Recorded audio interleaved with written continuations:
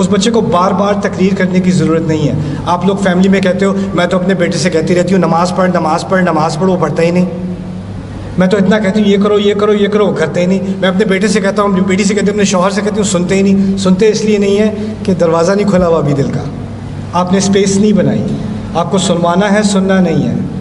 अगर सुनवाना होता है ना तो फिर पहले सुनना पड़ता है और दिल से सुनना पड़ता है। ये छोटी सी हिदायत कुरान ने दी है, इससे ज़िंदगी बहुत खूबसूरत हो सकती है। और हो सकता है हम भी इस मामले में गाफिल थे, इस मामले में हम अपनी फैमिली में, अपनी सोसाइटी में गाफिल थे।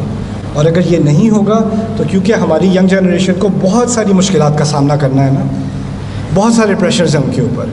अब क्या करते हैं, वो उन प्रेशर्स के अंदर वो गिर जाते हैं, फिसल जाते हैं, गलती हो जाती है। जब गलती भी हो जाती है, दोस्तों को बता देंगे, किसी और को किसी गैर को बता देंगे, घर में कभी किसी को नहीं बताएंगे, क्योंकि घर में वो बर्दाश्त नहीं है।